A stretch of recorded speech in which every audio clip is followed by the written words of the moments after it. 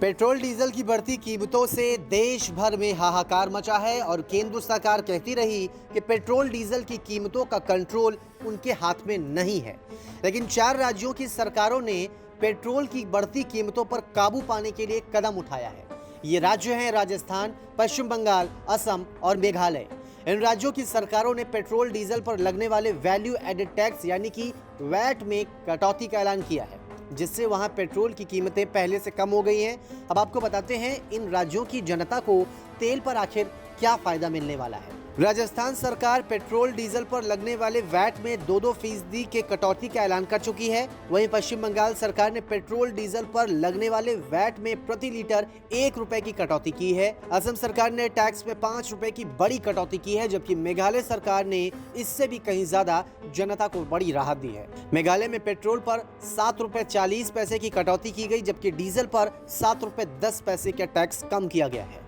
इस बीच जाने माने वकील प्रशांत भूषण ने वित्त मंत्री निर्मला सीतारमण का एक वीडियो ट्वीट किया, जिसमें वो कह रही हैं कि पेट्रोल डीजल पर सरकार का कोई नियंत्रण नहीं है, ये सब तेल कंपनियों के हाथ में है। ये वीडियो सोशल मीडिया पर बहुत वायरल है। All this is the reality. It is the oil marketing companies of India who will have to say whether they want to cut it down, whether they have to go up, because technically the oil prices have been freed. Government has no control over it. It is the marketing companies which import the crude, refine it, then distribute it, put the cost for logistics and everything else.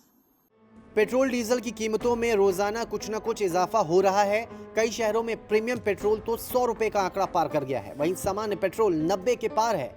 Assam में petrol diesel की इतनी ज्यादा कीमतों के पीछे केंद्र और राज्य सरकारों की तरफ से लगने वाला भारी भरकम टैक्स है। जैसे दिल्ली में 16 फरवरी 2021 के हिसाब से पेट्रोल का बेस प्राइस 31 रुपए 82 पैसे प्रति लीटर था, जिसमें ढुलाई 28 पैसे और जुड़ गए। इसके बाद ऑयल मार्केटिंग कंपनियां ये तेल 32 रुपए 10 पैसे के हिसाब से डीलर्स को बेचती है। फिर लगता है केंद्र सरकार की तरफ से प्रति लीटर पेट्रोल पर 32.90 रुपए का एक्साइज टैक्स। एक्साइज टैक्स लगने से इसकी कीमत पहुंच गई 65 रुपए। इसके अलावा हर पेट्रोल पंप डीलर हर लीटर पेट्रोल पर 3 रुपए 68 पैसे का कमीशन जोड़ता है। फिर लगता है राज्य सरकारों की तरफ से वैट यानी कि बिक्री कर। दिल्ली में 20 रुपए 61 पैसे वैट जोड़ दिया जाए तो ये कीमत 89 रुपए 29 पैसे तक पहुंच जाती है। कुल मिलाकर ग्राहकों को पेट्रोल 90 रुपए तक मिल पाता है। अभी 4 राज्यों की सरकारों ने इसी वैट में कटौती का ऐलान किया है। अगर केंद्र सरकार भी एक्साइज टैक्स कम कर दे तो पेट्रोल डीजल की कीमतें कम हो सकती है और जनता को तत्काल राहत मिल सकती है। न्यूज़ तक ब्यूरो।